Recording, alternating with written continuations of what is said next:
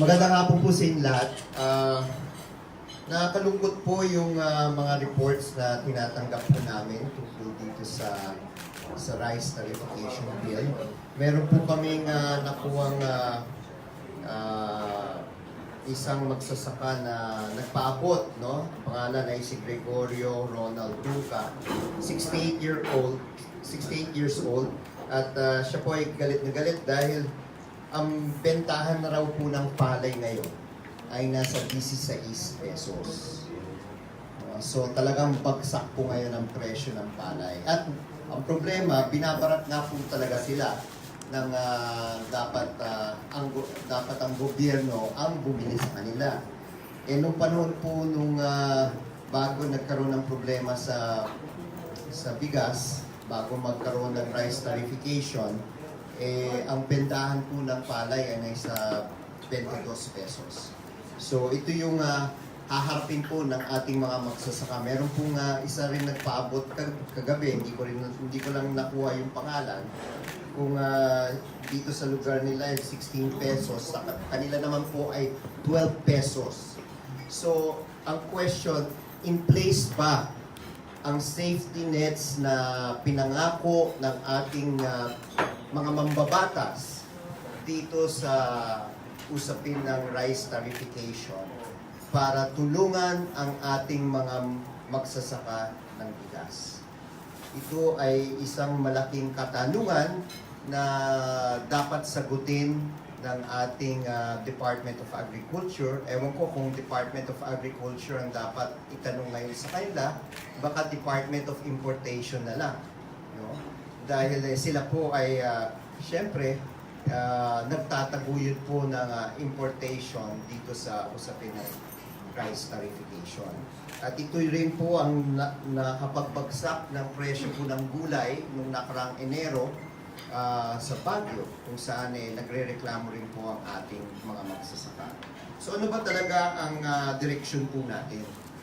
Tayo ba ay patuloy na ipaglalaban ang ating agricultural farmers? O tayo ba ay magiging kasangkapan kung saan makikita po natin ang ating mga magsasaka ay mamamatay? So ito ang hamon po sa atin, at sabi nga po sa amin ngayon ang importante po dito, ang laki po ng utang ng mga farmers. At kung ang kikitain lang po nila o kung ang bilihan po ay 16 pesos lamang, paano nila babayaran po yung utang nila? At lalo, paano po silang aangat mula sa kahirapan? Kaya ito ay walang pinagkaiba sa pinaglalaban po ng mga coconut farmers na bagsak rin po ang presyo. So, kailangan maging klaro ang ating gobyerno kung paano papaangatin ang ating ang kabuhayan ng ating mga farmers, dahil dadating ang panahon, 20 years from now, baka wala na po tayong mga magsasaka. Paano po natin papakainin ang ating mga kababayan? Alam naman po natin, yung mga anak ng mga magsasaka, tanungin po nila kung gusto nila maging magsasaka, ang sagot ayaw. Mismo yung mga magsasaka mismo ang nagsasabi, ayaw nila yung mga anak nila na pumasok sa farming. So ano yung magiging solusyon ng ating gobyerno dito sa problema natin? This will impact our food security. At kailangan nga po natin harapin ito at pag-usapan ito sa Senado. At ito po yung sinabi nga po natin, ang 8 Diretso ay talagang pag-usapan itong problema. Ang nakakapagtaka lang, bakit kami ang mag-i-explain tungkol dito sa rice tariffication na ito? Hindi ba dapat na magpapaliwanag yan? Dapat na magpaliwanag yan ay si Senador Cynthia Villar. Kasi siya ang author niyan. Dapat ipanaliliwanag niya ano ba yung kabutihan ng nasabing batas.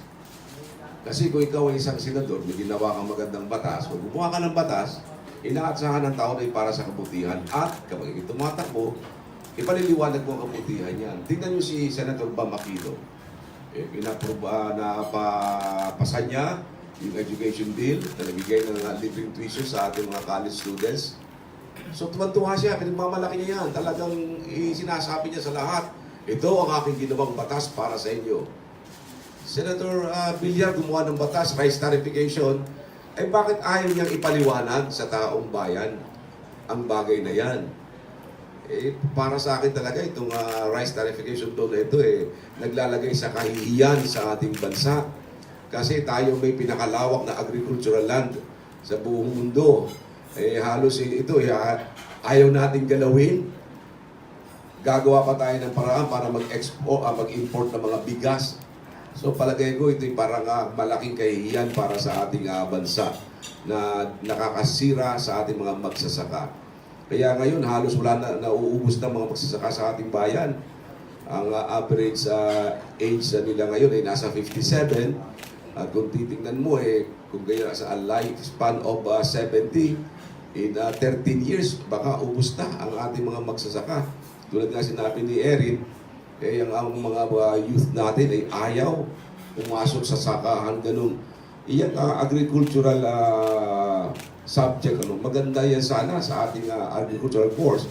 Maganda yan. One of the highest paying jobs kung sakaling ikaw ay nasa ganyang line. Pero ayaw nilang paniwalaan. Nakala kasi ng mga bata ay magbubunga lamang sila ng lupa. Kaya ako'y naniniwala na ito'y dapat talagang pag-aralang mabuti sapagkat ito ay hindi makabubuti sa ating mga magsasaka. Parang pinatay na nila ang negosyo ng sakahan dito sa ating bayan. Yung rice tarification sa tingin ko, it's a short-term solution to a long-term problem. Diba? Yung short-term problem kasi yung unmanageable na pagtaas ng presyo ng bigas noong nakaraang taon, which I think can be traced to the difficulty of the NFA in performing its function. And so yung short-term problem na yun, naging resulta is yung Rice Tarification Act. But I think may epekto yan dun sa long-term na problem natin, which is food security. Yung magiging epekto ng rice tarification is, kahit pwedeng in the short term bumaba yung presyo ng mga bigas, in the long term, mamamatay yung ating agriculture industry, mapipilayan. Pagkatapos yung pace ng land conversion dito sa ating bayan, bibilis. Kasi nga, nawawalan ng incentive yung mga magsasaka na magpatuloy sa pagsasaka. Kung titignan din natin yung framework ng batas, parang it's putting the cart before the horse. No? Baligtad siya. Kasi rice tarification muna and then yung safety nets. But alam naman natin yung safety nets dun sa batas take time to be put in place. So ideally, dapat nilagay muna yung safety nets para dun sa mga magsasaka para pagpasok nung cheaper imported rice, pwede sila mag-compete and yung safety nets are already in place. Pero kung magkakaroon muna ng rice tarification, mapipilayan sila, and tsaka pa lang ilalagay yung safety nets, it might be too late for them to take advantage of those safety nets. And yun nga, parang tinitrade off mo yung short-term gain, which is potential lower prices ng mga bigas dun sa long-term food security problem, which is to be able to have an agriculture sector that can compete and to prevent yung unmanageable na land conversion dito sa ating bansa. So I think yun yung dalawang problema. It's a very short-term solution with long-term damaging effects, and yung long-term na goal natin and objective hindi na tututukan, which is food security. Kasi kung mamatay yung agriculture sector mo, pagdating ng panahon, nakaluhod na tayo talaga dun sa mga rice exporting countries. And that's that's a problem we might have to face in the future, and we might not have the ability to respond to that problem kapag wala na yung rice sector natin, yung agriculture sector natin, by the time we need to enhance their capacity to compete. Just to add, kailangan balikan natin, sino ba may kagawan nitong problemang ito? Ang nakakalungkot dito, pinag-aaway ngayon ang mga magsasaka at consumer. Pero kailangan natin balikan, sino ba ang punot dulo kung bakit tumaas ang presyo ng bigas? Ang punot dulo nito, gobyerno eh. Mismanagement ng NFA. Yan ang rason kung bakit tumaas ang bigas dito sa ating bansa. At it became a very, very easy solution for the government to solve the problem. Let us import. No? Ang may kagagawan gobyerno ngayon, ang papatayin mo ngayon ang sarili mo mga magsasaka, dapat pinag-isipan ng gusto. Nakikita nga po natin, yung mga magsasaka po natin, umaaray na nga po sa mababang presyo. Sa nakita nating epekto ng train law dito sa ating bansa, hindi fully implemented yung sinasabi po nilang safety nets para sa mga indigent families na tumatanggap. Hindi nabigyan lahat. Paano po ngayon na nandyan na pa yung importation? Paano po natin tutulungan ang ating mga farmers? So, yun yung kailangan natin tignan. May kasalanan dito sa problema ito. Hindi kasalanan ng mga magsasakayan. Kasalanan ng gobyerno. Ngayon, dinadagdagan pa ng gobyerno ang problema ng mga magsasaka. Any more questions? Sir, this isn't related Sige. to rice tarification, go ahead. but in the past 2 weeks siguro, there are slight changes in the way you deliver your campaign speeches. Meron na po, kumaga, you're on the offensive na against the administration bets. Now, why have you decided to do this strategy po? What made you decide po to really name particular senators like Senator Villar, Senator Angara, and of course, Amy Marcos on the Princeton debate or the lack thereof? Hindi naman na offensive kundi hinihingi ng pagkakataon dahil sa may mga debates na ginagawa ang iba't ibang mga networks, may mga invitation, mga forum. Nagtataka lang kami bakit ayaw lang umarap doon. So, ang taong bayan, marami kami nakakausap na sinasabi sa amin, bakit hindi kayo magdebate? So kami, pinahatid namin yan sa taong bayan and sa media, we told them that we are inviting them to a debate or a dialogue. Pero it seems na umiiwas sila. So, nagkataon, ang hinihingi ng mga mamamayan natin at kami nakahanda sa debate. So, para nasa offensive ngayon kami, lumalabas na gano'n. And to the point na even the President parang took notice of our existence. At alam nyo naman na isa-isa kaming binira ng Pangulo. At sinabi niya, kami daw ay pupunta sa impyerno. Sipin mo, So, ganun kami katindi ang dating namin sa kanya. Sabi namin, ay lumalakas tayo nito. So, kung sinabi niya, pupunta kami sa impyerno, at least, yung ginawa namin ay nakapagpatunay na ang Pangulo naman pala ay naniniwala sa turo ng ating simbahan na mayroong impyerno. At mukhang siya naman pala ay takot mapunta sa impyerno. Ako dadagdagan ko yung sinabi ni Romy Mukhang alam ni Pangulo yung address ng impyerno. Huwag lang dalhin niya yung taong bayan sa impyerno.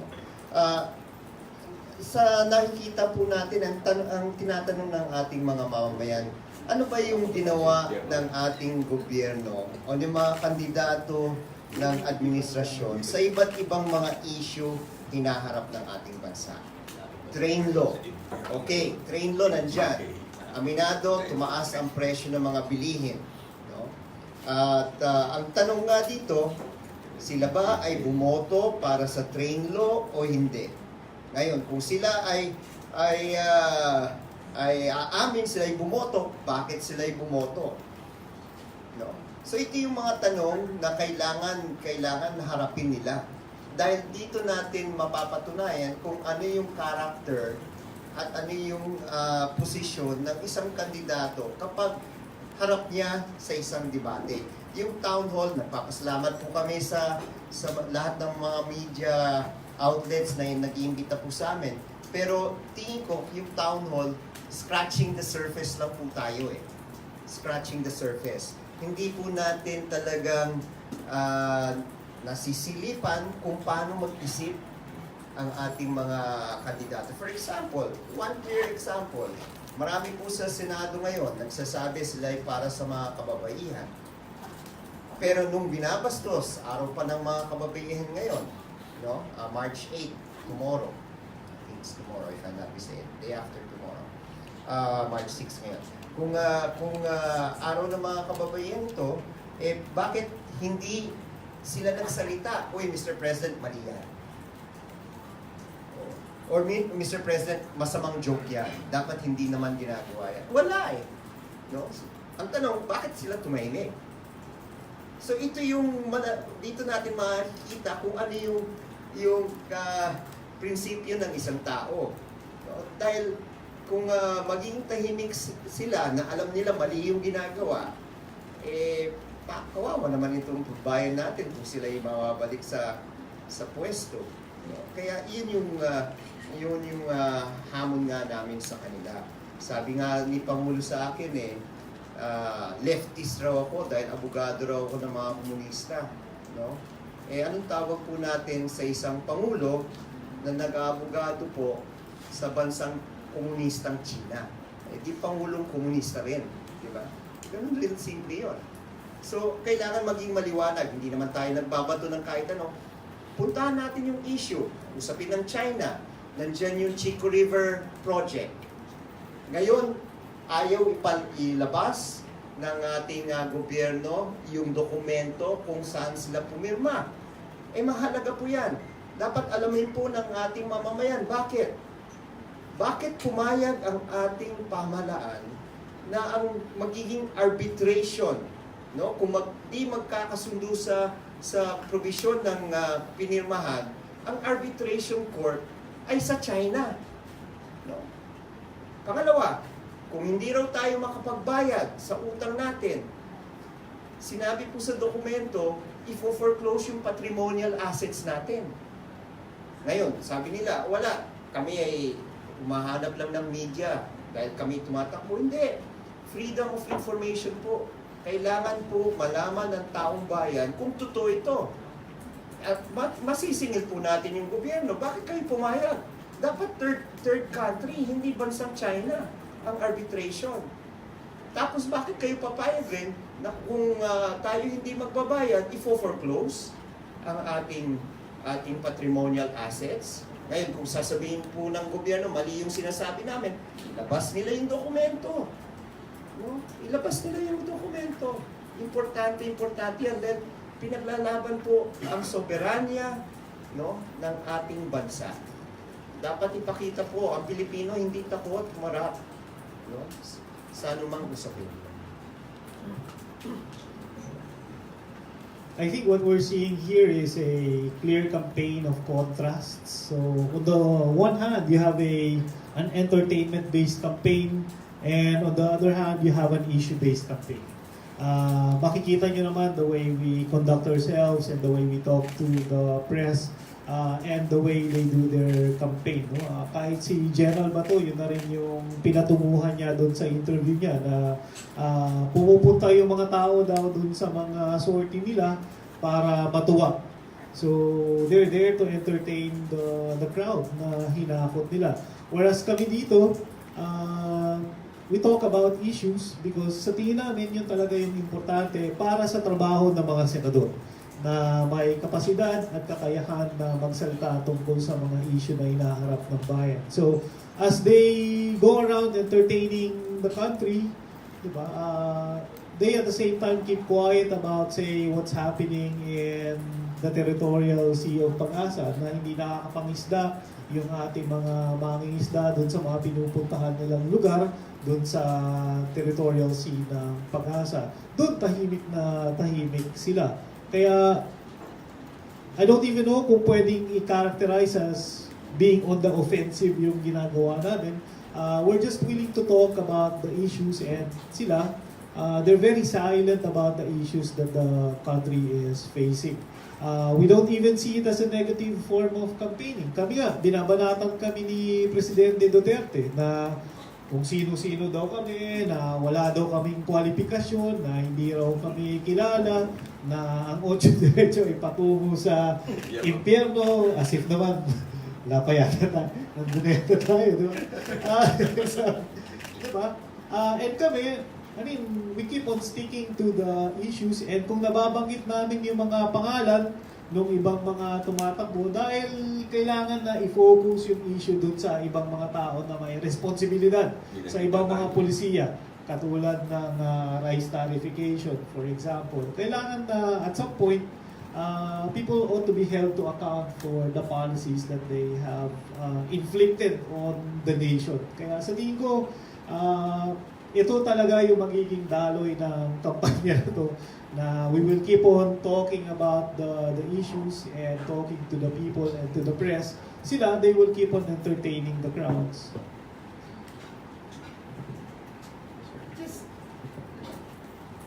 Just to add to what Pilo mentioned, I don't know if they're not concerned with the issues raised with regard to the loan agreement on the Chico River project. Kasi kung mahal nila ang Pilipinas, mahal nila ang Pilipino, sila mismo ang dapat nanguna. Uy, tayo muna. Totoo kaya yung sinasabi ng mga kapwa naming kandidato na ang arbitration, pumayag tayo na maging yung arbitration ay maging sa China? Totoo kaya yung sinasabi ng mga kandidato na yung kapag hindi tayo magbayad, meron patrimonial asset na mawawala sa atin, katulad sa bansang Sri Lanka. Hindi ba yan pumapasok sa kanilang isipan para sila mismo ang magtanong, tama ba yung pinirmahan ng ating gobyerno? Ito yung magpapakita na hindi sila talagang interesado sa kapakanan ng ating bansa. Yes, sir. You know, I just think na it's a very cynical way to do a campaign, na ine-entertain mo lang yung mga tao in the hope na hindi sila magtatanong about the issues. Whereas kami dito, parang it's basically a campaign of hope na makikipag-usap sa amin yung mga mamamayan through the media or diretso dun sa mga bahay na pinupuntahan namin. And I think it's an indication of how they and we will conduct ourselves in the institution that we want to enter. Kami dito, pinipilit namin maging mga senador dahil ang tingin namin yung mga senador ay may kakayahan na makipagtalakayan, makipagdebate tungkol sa mga issues. Yung iba naman, nagpipilit maging payaso, gusto nila yan na maging entertainer lang talaga. Sa Senado. Pati doon sa Senado. I think, you know, basically how you conduct yourselves in a campaign is an indicator of how you will conduct yourself once you are able to successfully enter that office. More questions from the media? Yes, sir.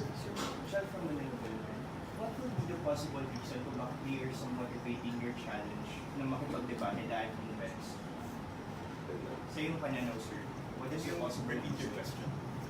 Well, this is the possible reason kung bakit parang iniilagan ng admin bets yung debate challenge ng opposition. Well, maybe they know they would be placed in a indefensible position. No? Kaya nga, ang challenge rin po dito sa kanila, uy, ano ba naman kayo?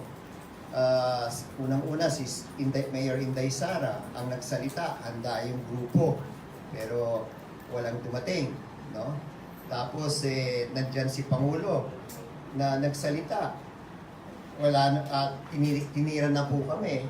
Wala ba silang kahiyaan kay Pangulo na si mismo Pangulo na nagsalita dahil walang nagsasalita sa mga kandidato niya para ipaglaban yung administrasyon. So maybe they also believe that the issues that we are raising are legitimate issues that they would have a hard time defending in front of the people. Napakaliwanag naman kung bakit ayaw nilang humarap sa debate. Kasi mahirap sagutin ang katanungan ng bayan.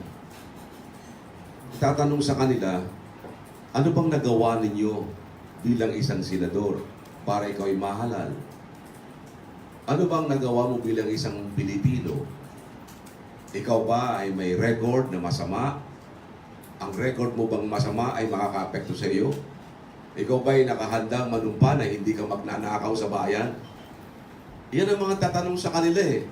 Kami, kaya namin umurap kasi kaya namin sagutin ang tanong ng bayan.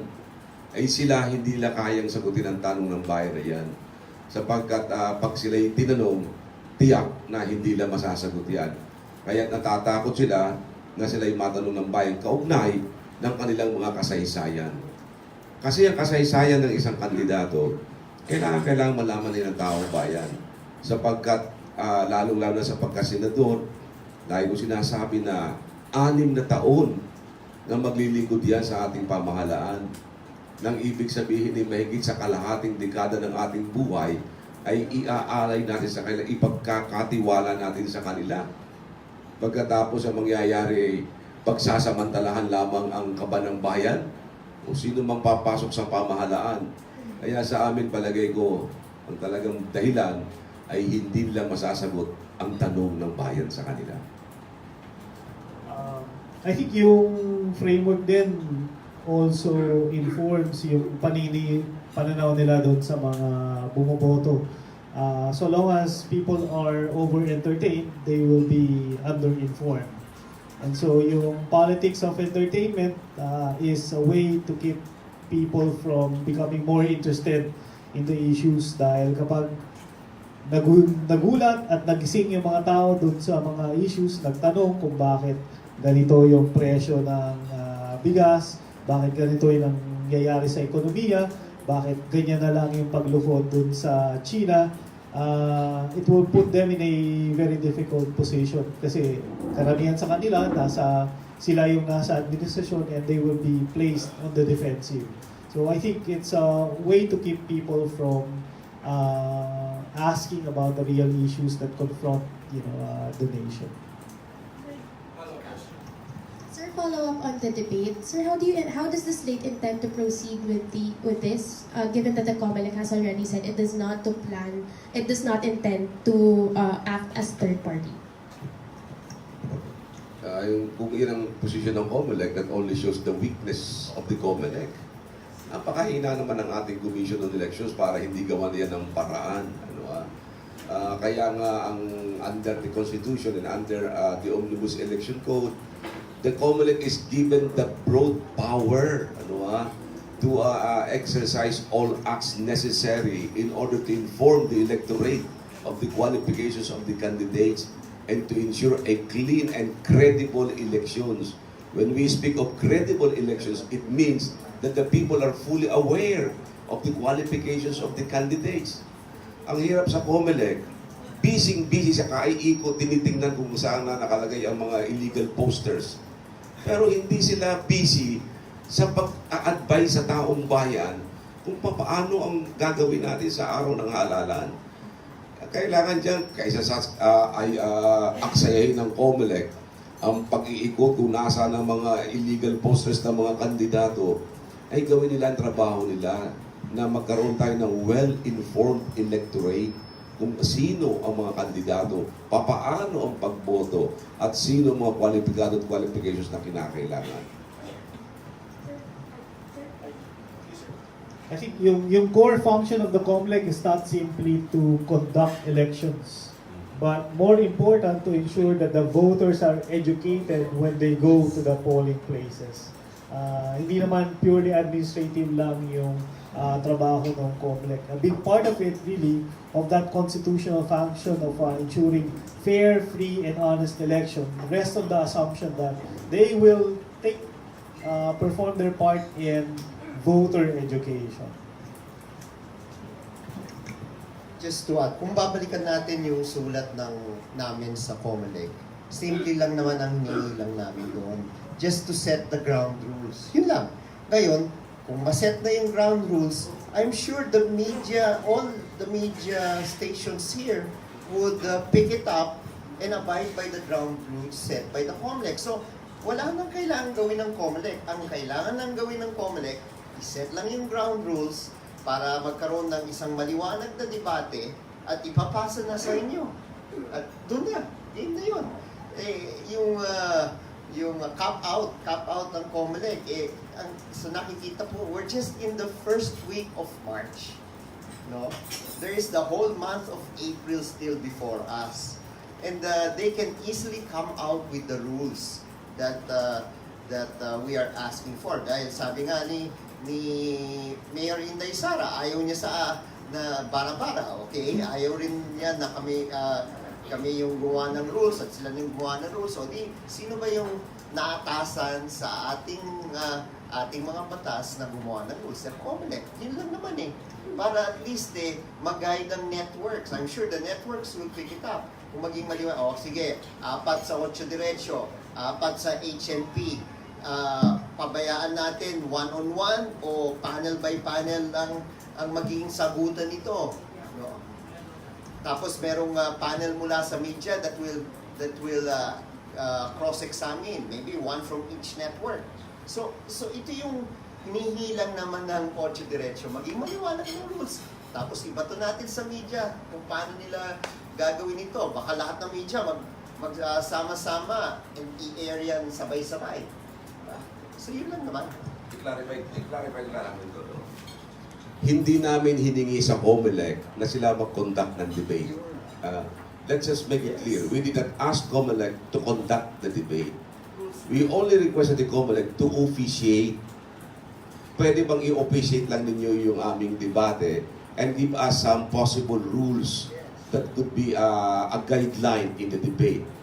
That even if a rule or rules have been promulgated by the or issued by the COMELEC, it is still without prejudice to the terms and conditions that might be agreed upon by the parties. At ang hinahamon lang naman namin dito, yung talagang nagsabi na kaya nila mong korap sa amin, yung kandidato ng hugpong. Sila lang naman eh. So, kung gusto, yun lang naman ang sinabi namin sa sulat namin, yung kandidato ng hugpong at yung aming mga kandidato. Hindi namin hingi sa COMELEC na sila ang mag-conduct. Kayong mga media companies, palang entities, palagay ko, gusto niyo yan. Pwede kayo na kayo ang mag-conduct mismo at kayo ang bahala na magtanong sa mga kandidato kung sakaling matutuloy yan.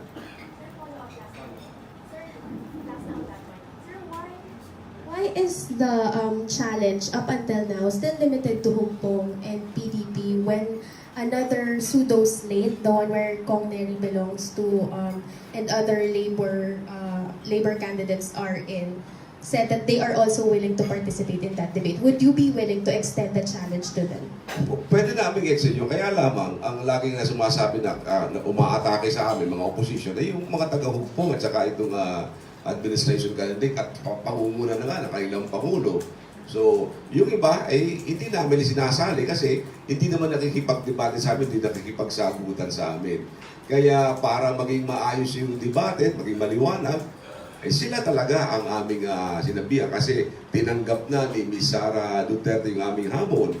Eh, bakit yung mga tao niya mukhang umaatras? Hindi ba dapat na yung sinabi ng kailang pinaka-leader ay dapat na ito yung kailang sinusunod? On another issue po, your slate mate, si Congressman Gary Alejano, released pictures and documents showing that former SAP Bongo nag-insert or gumamit ata ng public funds to provide mga polo po sa Liga ng mga Barangay meeting. Of course, the hupunan pagbabag, Mayor Sara is saying baka in-insert lang. Bongo himself said na, washed his hands, baka the supporters lang daw did it.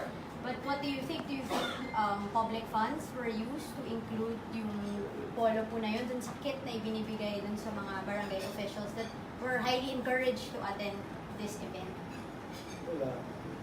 I think at the very least, it should be investigated by the COMELEC, no? Kasi kahit yung mga poster na hindi namin, pinopost na napapadalang kami ng letter ng COMELEC, pero yung mas matitindi na violation talaga ng rules ng COMELEC, yung paggamit ng pondo ng gobyerno, paggamit ng pasilidad ng gobyerno, paggamit ng lahat ng meron yung gobyerno, alam naman natin na nangyayari ngayon, pero parang hindi iniimbestigahan ng COMELEC. I think it's a matter that ought to be formally and publicly investigated by the COMELEC. Kasi alam naman natin na pag yung administrasyon at itong administrasyon na to, parang wala talaga silang pakundangan sa paggamit ng mga pasilidad ng gobyerno at lahat ng assets ng gobyerno para isulong yung mga kandidatura ng mga paborito nila.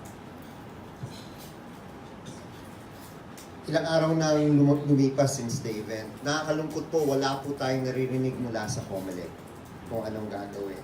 So, kitang-kita ngayon na merong pagpikit ng mata ng COMELEC dito sa glaring violation.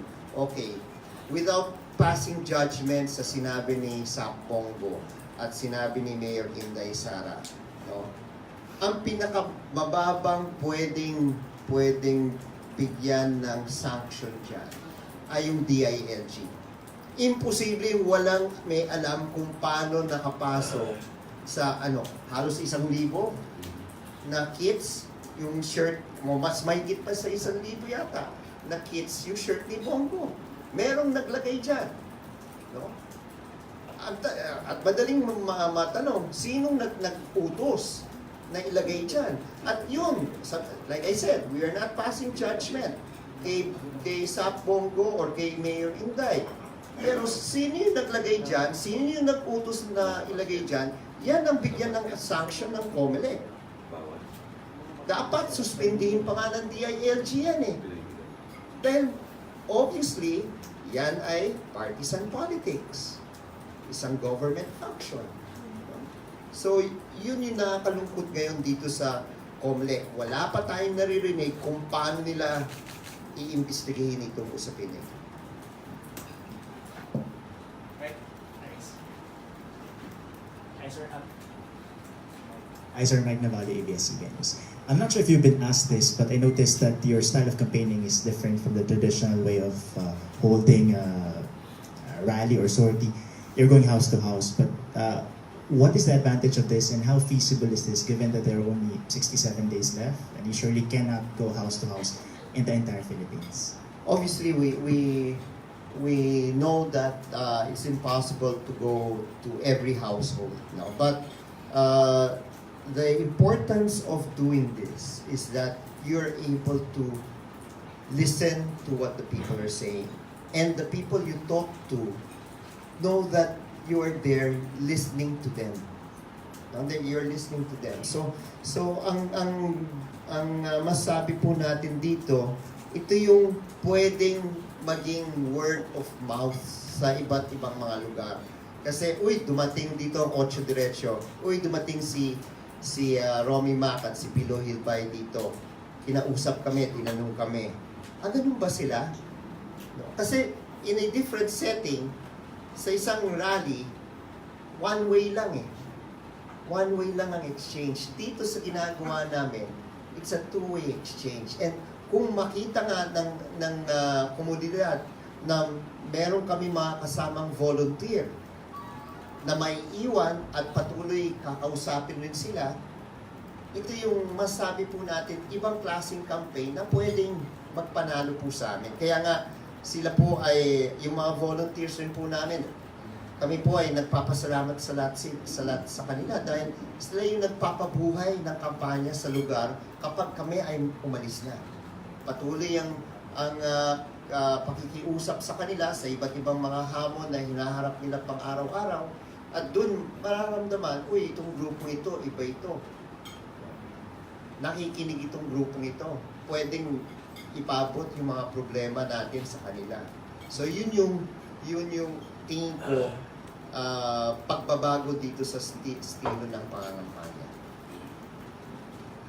Sa akin naman, with due respect, I don't believe that yung house-to-house campaign namin does that would that make us able to reach a large number of people.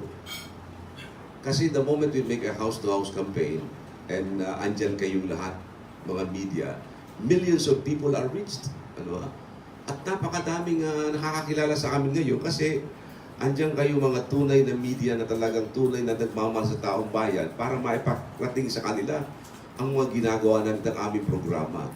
Kaya nga kami tuwan-tuwa pag nakikita namin kayo pag nag-house to house campaign kami. Sana naman tuwi kami mag-house to house campaign. Naririyan kayo. Kasi pararating namin sa taong bayan ang tunay na kalagayan ng ating bansa at yung tunay na gagawin namin para sa kanila. Kaya kahit ito ay pakunti-kunti lang ang amin napupuntahan mga bahay, ang epekto naman ng ginagawa nyo yan na tulong din nyo din sa bayan ay talaga po ng mga maraming mararating po yan. And by the way nga pala, bago kong malimutan, sa March 11, yan ang deadline ninyo mga media men, employees, mga crew, lahat ng members ng inyong staff, mga make-up artists, mga drivers ng kuwan ninyo, pwede kayo magpa-register as absentee voter. Yan ay sa March 11 ang deadline ninyo. Kung kayo nasa probinsya, ang registration sa Provincial Election Officer. Kung sa Manila kayo, dito kayo sa National Capital Region. Ang kailangan lang ninyo, yung certification from your boss that you would be assigned in a place on election day other than the place where you are duly registered. Kayo ay boboto sa April 29 or April 30 or May 1 kung saan kayo nagpa-register. Kailangan ninyo yan. Ano, ha? At ang voting ninyo ay manual voting. Pero pagka-vote nyo, itatago mo na yung balota ninyo at bibilangin doon din sa May 30 na elections. Alam ko po yan kasi ako ho yung may akda ng petition sa COMELEC para kayo mga media ay makaboto as an absentee voters. Nung una, ayaw ng COMELEC yan, wala daw batas, but we were able to prove to the COMELEC that on a mere resolution of the COMELEC under its broad power to ensure a clean and honest election po pwedeng mangyari yan. Kaya bumoto ho kayo sa darating na alam at baka kayo mapanalo sa amin. At siyempre, alam nyo na kung paano kayo boboto sa darating na halalan, manual election. Kaya damang-daman yan, sinusulat po niyan. Public service po ni Atty. Romy Macalintan at ng mga 8 Derecho. Salamat po. Yeah, that's a very good question. I think our campaign also rests on the hope that as we go around house to house, our efforts are being multiplied by our volunteers. In fact, nakita ko yan doon sa timeline ng Facebook ko, pati yung page namin, na kami dito, habang nakipag-usap sa 50, 100, 200 katao, merong iba't ibang mga grupo sa iba't ibang panig ng bansa na nag-iikot din, nakikipag-usap, nagpo-post ng mga tarpaulin at kung ano-ano pa. So I think our goal is to be the tip of the spear, to break that environment of silence and fear that envelopes the country today. Na habang kami, pakonti-konti yung nakakausap namin, yung lahat ng mga volunteers na sumusuporta sa amin sa 8 Derecho, ginagawa din yun, minumultiply yung aming ginagawa. So I think the other contrast here is between an organic campaign na diretso kami doon sa mamamayan and an artificial campaign na nilalagay lang sa mga air-conditioned coliseums yung mga hakot na crowd. Question pa? Wala na? Alright, sige. Thank you po ulit sa pagpunta sa another... Maraming salamat sa inyo ha. At sana naman makita yan ng taong bayan. Salamat po. Yan yung hope. Yan ang hope po. Kami na hope. Tulungan nyo kami talagang kailangan namin kayo. Talagang kailangan kayo. Alright. Thank you. Thank you po. Sabi nga, hindi na kami nahihiyang sabihin yan. Magpo-photo ops pa po ba? Hindi na, okay na. Alright. Sige. Ako nahiya pa